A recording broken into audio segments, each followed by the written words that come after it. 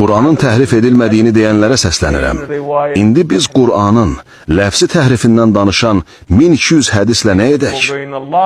Bizim başqa bir dini mövzuda eyni şeydən danışan 1200-dən çox hədisimiz yoxdur. Hətta Qədirxum məsələsi haqqında belə bu qədər hədis yoxdur. Vəziyyət bu cür olduğu halda Qur'anın təhrif edilməsi məsələsinə inanmaqda sizə nə mane ola bilər ki? Niyə biz keçmiş alimlərimizdən olan Əllamə Şeyx Mühəddis Nurinin yolunu gedib Qur'anın təhrif edildiyinə inanmayaq? Bir halda ki, Qur'anın ləfsi təhrifə məruz qaldığını sübut edən hədislərin içindən 200 mötəbər hədis var. 200 mötəbər səhih hədis. 1, 2 və yaxud 10 yox. Ən azı 200 səhih hədis. Gedim Şeyx Hadi Mərifənin Əhmətullah əleyhin Qur'anın təhrifi kitabını açıb oxuyun.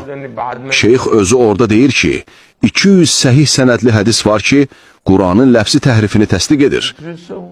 Belə halda biz susub qəbul etməkdən başqa heç nə edə bilmərik. İndi kim çıxıb nə deyə bilər? Şübhəsiz ki, zikri biz nazil etdik. Əlbəttə biz də onu qoruyacağıq. Rəbbinin kitabından sənə vəhy olunanları oxu. Onun kəlmələrini heç kəs dəyişdirə bilməz. Ondan başqa heç bir sığınacaq tapa bilməzsən. Nə önündən, nə də arxasından batil ona girişə bilməz.